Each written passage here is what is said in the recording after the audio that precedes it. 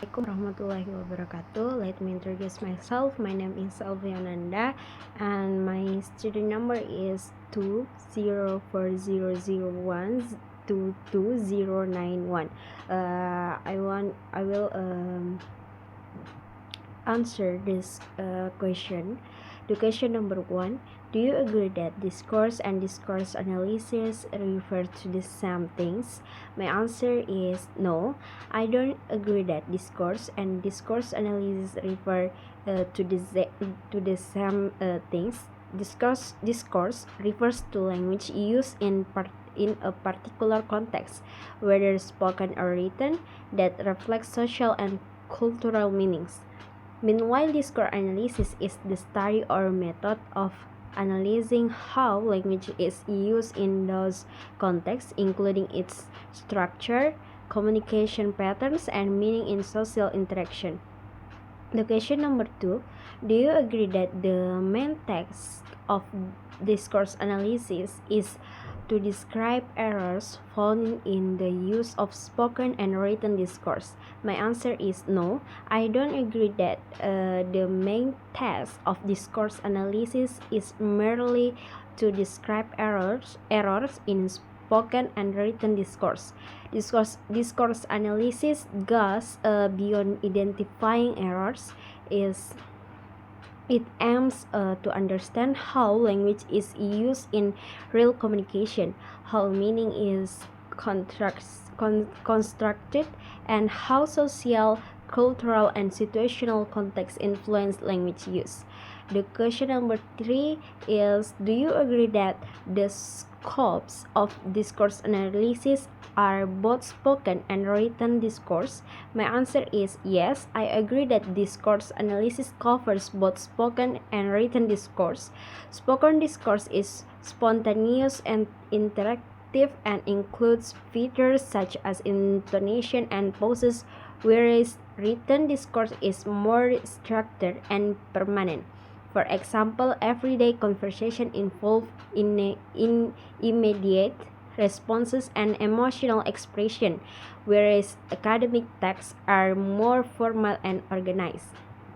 The next question is: do you know what spoken discourse is? My answer is yes. Spoken discourse is discourse represented through oral communication. Its actual forms include everyday conversation, speeches, interviews, and discussion. Spoken discourse is usually characterized by intonation, pauses, repetition, and is often less structured compared to written discourse.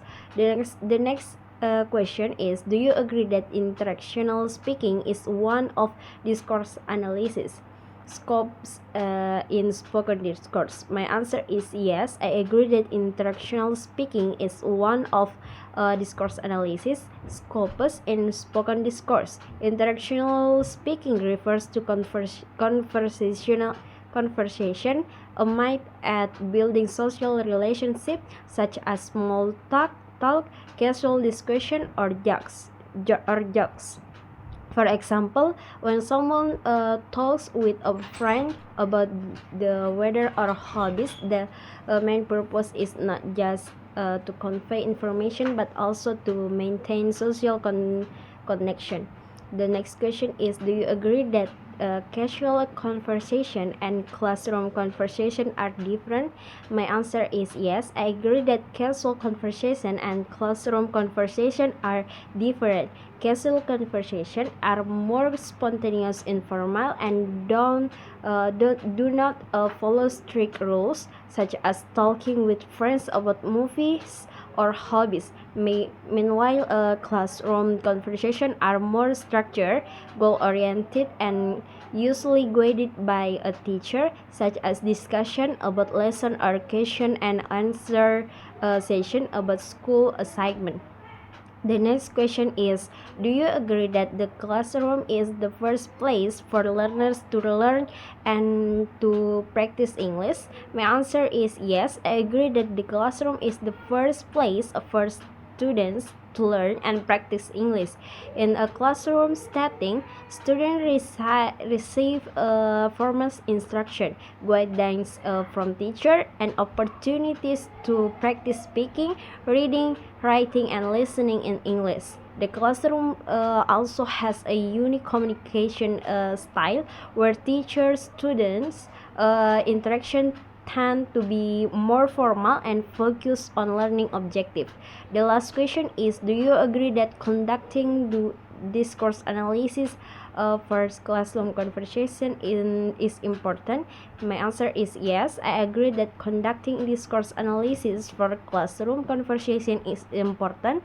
Discourse analysis help to understand how interaction in the classroom take place, how students and teachers use language, and how communication strategies affect the learning process. This analysis can also be used to improve teaching method to make language learning more effective for students. I think that's all my answer. Thank you very much for attention. Wassalamualaikum warahmatullahi wabarakatuh.